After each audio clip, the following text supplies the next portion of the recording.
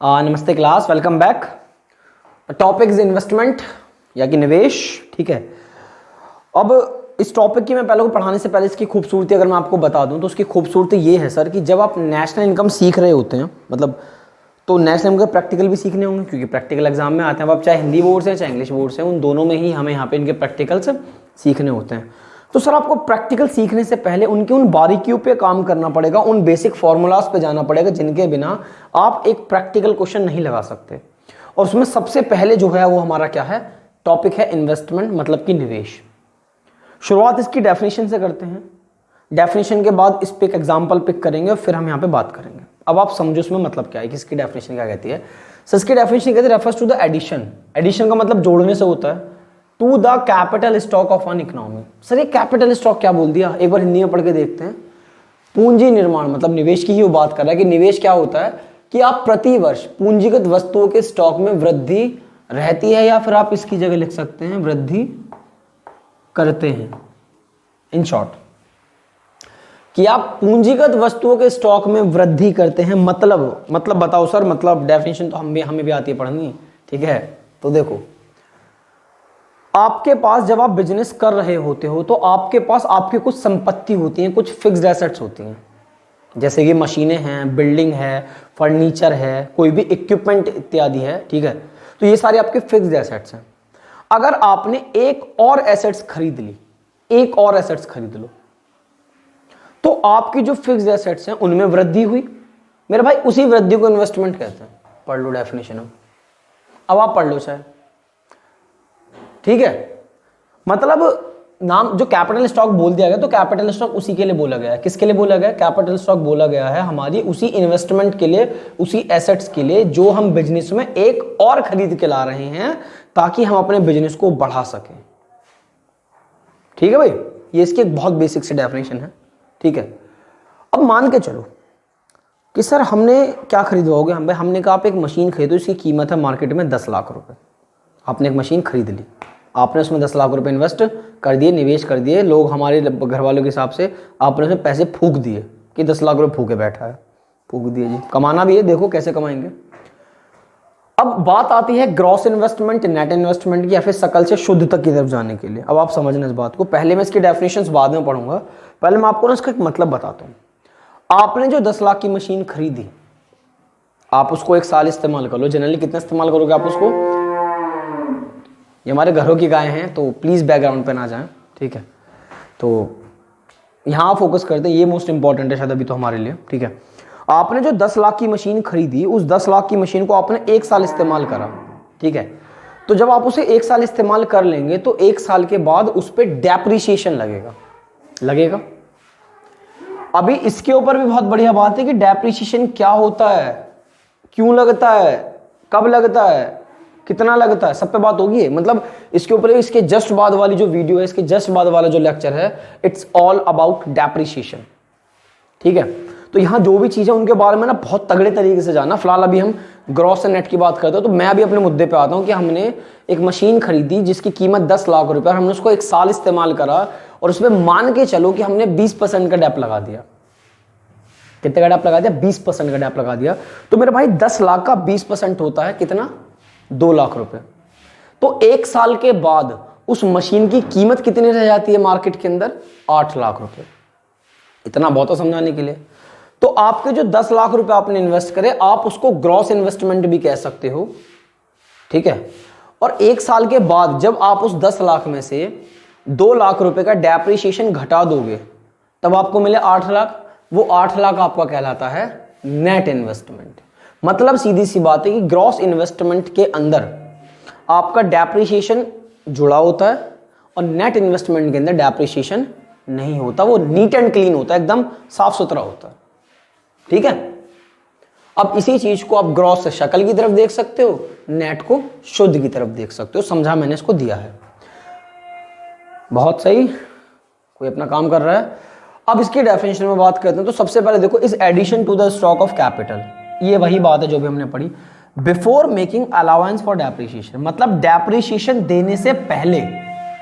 ठीक है, डेप्रिसिएशन देने से पहले। हाँ, तो क्या है ये कि डेप्रिसिएशन देने से पहले जो आप स्टॉक मतलब जो कैपिटल स्टॉक में आप एडिशन करते हो वो क्या कहलाता है हमारा जनरली, ग्रॉस इन्वेस्टमेंट कहलाता है। ठीक है, अगर इसकी बात करें the actual addition made to the capital stock of an economy in a given period, आपने एक साल के बाद जब इस ग्रॉस वैल्यू में से डेप्रिसिएशन को हटा दिया तो कैसी वैल्यू आई, एक साल के बाद उसकी एक्चुअल वैल्यू आई। वही एक्चुअल वैल्यू क्या है, नेट इन्वेस्टमेंट है। देखिए इन डेफिनेशंस को जनरली एग्जाम्स में पूछा नहीं जाता, मतलब जनरली नहीं पूछा जाता, अगर कभी कभी पूछ लिया जाए तो समझ जाओ कि पेपर बहुत आसान बना है।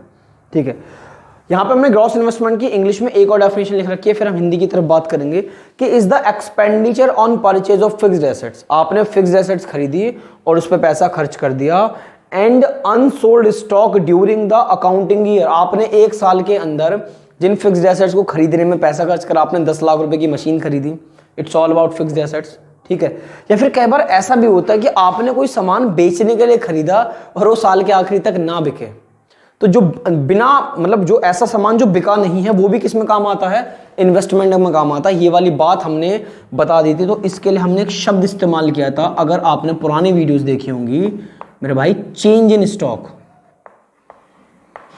चेंज इन स्टॉक,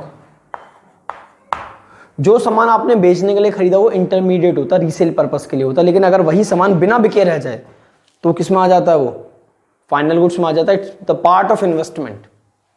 ठीक है सर, इंग्लिश वालों को बता रहे हो आज तो, नहीं सर ऐसा कुछ नहीं है। आओ हिंदी की तरफ आते हैं। सकल निवेश क्या, यह वह निवेश होता है जिसमें पूंजीगत वस्तुओं पर लगे मूल्यह्रास को सम्मिलित किया जाता है। देख लो भाई, वही लिखा हुआ है कि आप यहां पे अपने मूल्यह्रास को क्या करते हो, सम्मिलित करके रखते हो, और वहां कहता है कि यह वह निवेश होता है जिसमें पूंजीगत वस्तुओं पर लगा मूल्यह्रास सम्मिलित नहीं होता। अब क्या चाहिए, यही तो बता रहा था, यही तो था एग्जाम्पल। आज हमारी गाय थोड़ी सी परेशान है, बट बहुत बढ़िया है ये, कोई बात नहीं, डॉक्टर को बुलाया है। ठीक है, चलो तो ये चीज़ हो गई। अब आते हैं मेन चीज़ पे। आपको अगर इतना ध्यान में नहीं रहता कि सर हमें तो इतना सारा ध्यान में नहीं रहता, हम तो सीधे बालक हैं और हम इतना नहीं पढ़ सकते, ठीक है, तो सर आप इसको पिक करो। सिर्फ आप इस बात को ध्यान रखो प्लीज़, अपनी कॉपियों में इस बात को तो ज़रूर नोट करें, ये भी कर सकते हो अपनी सेफ्टी के लिए, बट इसको ज़रूर रखें। हमें इसमें यह ध्यान रखना है कि अगर आपको क्वेश्चन में एक, जब आप प्रैक्टिकल क्वेश्चन लगाएंगे नेशनल इनकम का, और अगर आपको उसमें ग्रॉस इन्वेस्टमेंट गिवन हो, आपको उसमें ग्रॉस इन्वेस्टमेंट गिवन हो और बोल दे कि नेट इन्वेस्टमेंट फाइंड कर दो, तो ग्रॉस इन्वेस्टमेंट कितने की, 10 लाख की। उस 10 लाख में से हमने 2 लाख का डेप्रिसिएशन क्या किया था, माइनस किया था, तो हमें क्या मिला था, 8 लाख, और 8 लाख हमारी क्या थी, नेट इन्वेस्टमेंट। मेरे भाई ये पहला फॉर्मूला है कि ग्रॉस इन्वेस्टमेंट से अगर डेप्रिसिएशन घटा दोगे तो नेट इन्वेस्टमेंट आ जाएगी, और अगर नेट इन्वेस्टमेंट में डेप्रिसिएशन जोड़ दिया जाए तो वापस से क्या आ जाएगी, ग्रॉस इन्वेस्टमेंट आ जाएगी। ये हमारा पहला बेसिक फॉर्मूला है जो हमें याद रखना है। इस पूरे बोर्ड में सब कुछ इंपॉर्टेंट है, लेकिन इससे ज्यादा इंपॉर्टेंट नहीं है, आप इसको नोट कर लो। अब इसके बाद बात करते हैं कि सर ये क्या चीज है, हमें पता है डेप्रिसिएशन क्या होता है, इसे मत बताना। नहीं भाई, क्वेश्चन 3 नंबर में भी पूछा जा चुका कि डेप्रिसिएशन क्या है, किन किन वजहों से डेप्रिसिएशन लगता है, तो उसको जानेंगे। प्लीज आप इसको नोट करें। तो अब आप देखो यहाँ पे हमने डेप्रिसिएशन के बारे में जो पॉसिबल है वो लिखा है, ठीक है, ये हिंदी में है और ये थोड़ा सा इंग्लिश में। वापस से कुछ डिफरेंसेस देखने हैं क्योंकि कुछ क्वेश्चंस ऐसे होते हैं जो कि हमारे 1 नंबर के लिए बड़े इंपॉर्टेंट होते हैं। तो अब आप यहाँ पे डेप्रिसिएशन देखो। मैं सबसे पहले आपको डेप्रिसिएशन की डेफिनेशन बताने से पहले इसके कुछ नाम बताना चाहूँगा, जैसे कि खुद डेप्रिसिएशन अगर आप हिंदी में बात करते हो तो मूल्यह्रास बोलते हैं उसको। इंग्लिश मीडियम के अंदर डेप्रिसिएशन के अलावा ये नाम बड़ा फेमस है, कंजम्पशन ऑफ फिक्स्ड कैपिटल, और क्या क्या नाम हो सकते हैं, current replacement cost, replacement cost of fixed assets, this is ना fixed assets, capital consumption allowance.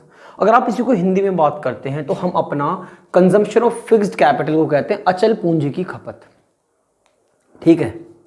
वर्तमान प्रतिस्थापन लागत, अचल पूंजी की प्रतिस्थापन लागत, या फिर पूंजी खपत का भत्ता इत्यादि, ऐसे और भी अलग अलग नाम डेप्रिसिएशन के, एक से ज्यादा नाम हो सकते हैं। तो कभी कभी क्वेश्चन में वो सिर्फ मूल्यह्रास या डेप्रिसिएशन लिखा नहीं देगा, ये भी लिखा मिल सकता है या फिर इनमें से कुछ लिखा मिल सकता है, कॉमन से वजह यही मिलने वाला है, बट फिर भी एक हमें एक ज़्यादा चीज़ों के बारे में पता होता है तो थोड़ा सा सही रहता है। अब आप इसकी डेफिनेशन पे बात करते हैं। कहता है कि आपकी refers to the fall in the value of fixed assets, मतलब आपकी जो फिक्स्ड एसेट्स है उसकी कीमत में क्या आ रही है, गिरावट है। तो अगर आप आमतौर की बात करते हैं तो डेप्रिसिएशन जैसा शब्द इस्तेमाल ही इसी के लिए जाता है, मतलब अगर आप बहुत जनरल बात करते हैं, बहुत आम लाइफ की बात करते हैं, तो जो डेप्रिसिएशन शब्द है इसका इस्तेमाल ही किस लिए किया जाता है कि जो आपकी फिक्स्ड एसेट्स है, ठीक है, उनकी कीमतों में गिरावट आ रही है, उनकी कीमतें कम हो रही हैं। यार ऐसे कैसे कीमत कम हो सकती है, तो उसके 3 रीज़न बताए गए हैं बहुत कॉमन से। सबसे पहला है नॉर्मल वियर एंड टियर, जो हमने यहाँ भी लिखा है, ठीक है, पैसेज ऑफ टाइम और एक्सपेक्टेड ऑब्सोलेंस। ये सब क्या है इसके ऊपर बात करेंगे। अगर इन्हीं को हिंदी में देखें तो ये कहता है कि एक लेखा वर्ष में उत्पादन प्रक्रिया के दौरान, मतलब जब आप प्रोडक्शन कर रहे होते हैं, सपोज कि आप एक मशीन का इस्तेमाल कर रहे हैं और मशीन की मदद से आप प्रोडक्शन कर रहे हैं, उत्पादन कर रहे हैं, के दौरान पूंजीगत वस्तुओं के मूल्य में सामान्य टूट फूट, घिसावट या प्रत्याशित अप्रचलन से मूल्य में कमी आती है। अगर मैं आपको उसको दोनों को मर्ज करूं तो ये कहता है कि आपकी जो फिक्स्ड एसेट्स है या फिर आपकी जो पूंजीगत वस्तुएं हैं, जब आप इनका इस्तेमाल करते हैं किसी चीज़ को प्रोड्यूस करने में, तो जनरली उनकी कीमतों में गिरावट आती है। उसके 3 रीज़न हैं, उसके 3 रीज़न हैं, ठीक है। 3 रीज़न कौन कौन से हैं, ये रहे। ओके, सामान्य टूट फूट, समय का बीतना, अप्रेक्षित अप्रचलन, ठीक है, अप्रेक्षित अप्रचलन। ये मैंने थोड़ा आगे पीछे तो नहीं कर दिया क्योंकि ऊपर मैंने लिखा हुआ है, क्या ऊपर लिखा हुआ था, प्रत्याशित अप्रचलन। कोई बात, उसका नाम अलग अलग हो सकता है, उससे कोई फर्क नहीं पड़ेगा, ठीक है। बिल्कुल बिल्कुल बिल्कुल बिल्कुल सही लिखा हुआ, कोई दिक्कत नहीं है, उस बात में भी कोई दिक्कत नहीं है, इस बात में कोई दिक्कत नहीं है, आप इसी को सुन सकते हो, ठीक है। थोड़ा हिंदी इंग्लिश को मर्ज करना होता है तो थोड़ी सी दिक्कत हो जाती है, ठीक है। अब आप यहाँ पे समझो, इन तीनों के बारे में जानते हैं कि हमने अभी कह तो दिया कि जो फिक्स्ड एसेट्स की जो कीमत गिरती है उसको डेप्रिसिएशन कहा जाता है। डेप्रिसिएशन का सबसे पहला जो बोला गया है नॉर्मल वियर एंड टियर है। यार आप एक बात बताओ, जब आप किसी चीज़ का लगातार इस्तेमाल करोगे, ठीक है, आप जब भी किसी फिक्स्ड एसेट्स का लगातार इस्तेमाल करोगे, उससे चीज़ों को प्रोड्यूस करते रहोगे, लगातार उससे उत्पादन करवाते रहोगे, तो एक टाइम के बाद उसकी जो प्रोडक्टिव कैपेसिटी है, उसकी जो उत्पादन क्षमता है वो कम हो जाएगी। और जब उत्पादन क्षमता कम हो जाएगी तो कीमत का गिरना स्वाभाविक है। इट्स ए नॉर्मल थिंग कि अगर आपकी प्रोडक्टिव कैपेसिटी पहले से कम हो जाती है तो उसकी कीमत मार्केट में गिरेगी और उसको डेप्रिसिएशन कहते हैं। दूसरी बात, पैसेज ऑफ टाइम, ठीक है। देखें, जैसे जैसे वक्त बीतता है, कहता है कि the value of fixed assets also decrease with the passage of time because of natural factors. मतलब जैसे जैसे किसी चीज़ का वक्त बीतता है, तो आजकल तो हवा पानी चीज़ों को रखे रखे जंग लगवा देती हैं यार। तो जब आप एक चीज़ को खरीद के लाते हो और आप उसको 6 महीने, साल भर, 2 साल अपने पास रखते हो तो वक्त बीतता है। तो ये भी एक कारण होता है, ठीक है, जिसकी वजह से किसी भी फिक्स्ड एसेट्स का, किसी भी पूंजीगत वस्तु की कीमत का गिरना बहुत नॉर्मल सी बात है, वो भी डेप्रिसिएशन हो सकता है। तीसरा है यहाँ पे एक्सपेक्टेड ऑब्सोलेंस। अब यहाँ पे एक्सपेक्टेड ऑब्सोलेंस मतलब कि जो मिलेंगे अपेक्षित या फिर आप उसको प्रत्याशित अप्रचलन भी कह सकते हैं। सर इसका रीज़न है कि चेंज आता रहता है चीज़ों में। इसका पहले रीज़न है चेंज इन डिमांड। मार्केट में हर रोज एक नई डिमांड पैदा होती है किसी भी चीज़ को लेके कि अब हमें ये नहीं, हमें ये चाहिए। तो जो पुरानी चीज़ हो जाती है उसकी कीमत अपने आप गिर जाती है क्योंकि उसकी डिमांड नहीं रहती मार्केट में। और दूसरा क्या हो सकता है डिमांड के अलावा, चेंज इन टेक्नोलॉजी। ये बड़ा बहुत बढ़िया फैक्टर है, ये बहुत ज़्यादा प्यारा फैक्टर है कि जब आपकी टेक्नोलॉजी बदलती है तो भी आपकी किसी भी कीमत की जो मतलब किसी भी वस्तु की जो कीमत है उसका गिरना स्वाभाविक है और वो डेप्रिसिएशन है। वो क्या है? डेप्रिसिएशन है।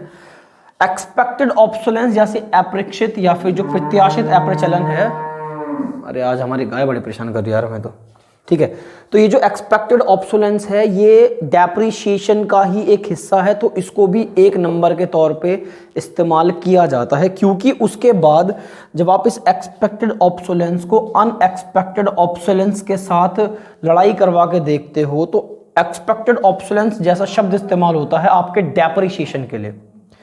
और ये जो अनएक्सपेक्टेड ऑब्सोलेंस है ये जो अप्रत्याशित अप्रचलन है ये इस्तेमाल होता है कैपिटल लॉस के लिए।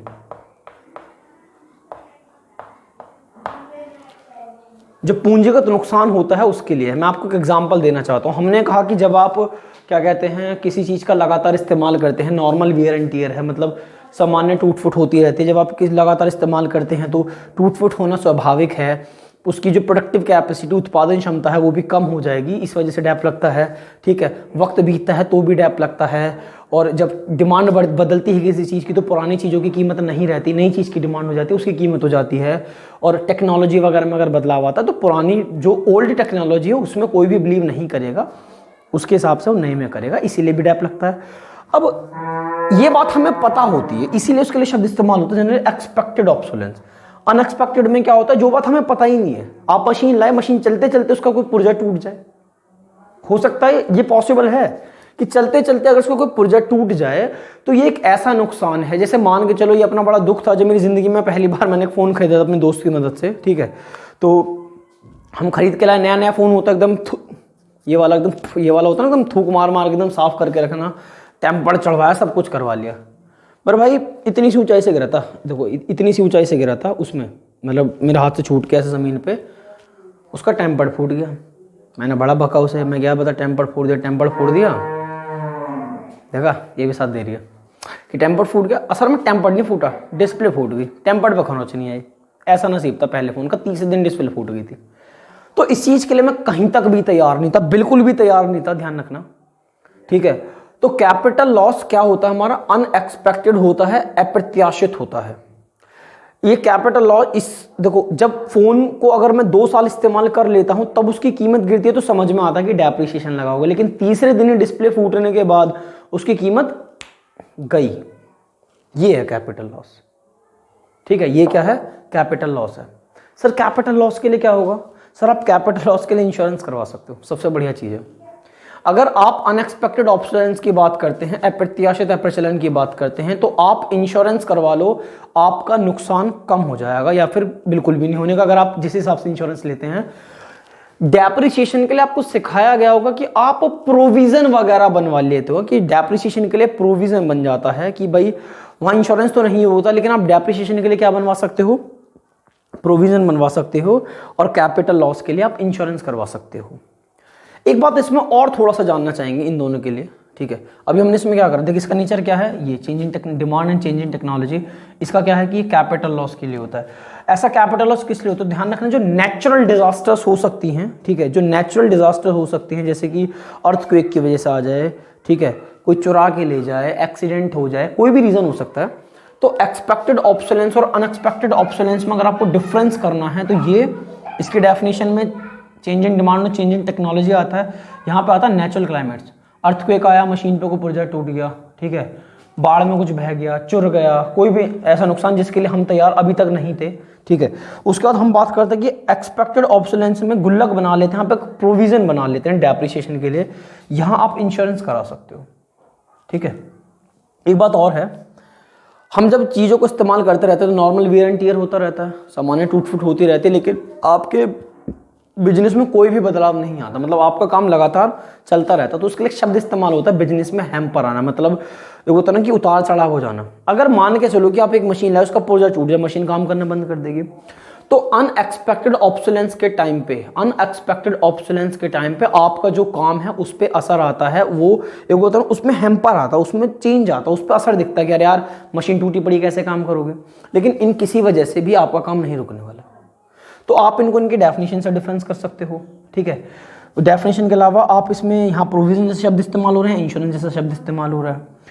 इसकी वजह से बिजनेस की एक्टिविटीज़ पे ज़्यादा फर्क नहीं पड़ता, लेकिन इसकी वजह से बिजनेस की एक्टिविटीज़ पे बिल्कुल फर्क पड़ता है, वो बंद हो सकती है, हैम्पर हो सकती है।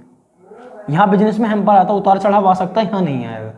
तो ये कुछ छोटी छोटी सी कंडीशंस हैं जो भी आपने जो पढ़ा था कि आप नेट से ग्रॉस पे जाने के लिए, ग्रॉस से नेट पाने के लिए डेप्रिसिएशन का इस्तेमाल करते हैं। तो डेप्रिसिएशन की डेफिनेशन है, उसके अलग अलग नाम हैं, डेप्रिसिएशन से लगने वाले रीजंस हैं। ठीक है, और कुछ ये चीज़ में कि कैपिटल लॉस, क्योंकि ये वाली बात मेरे भाई, ये वाली बात 1 नंबर में पूछी जा चुकी है, दैट्स वाई ये इंपॉर्टेंट है, दैट्स वाई इनके बीच का डिफरेंस करवाया जाता है। देखो बोर्ड पे जगह कम है तो इसलिए हमें थोड़ा बहुत बोलना पड़ता है, बाकी आप इसे नोट करो, देन इसके बाद हम नेक्स्ट में चलते हैं।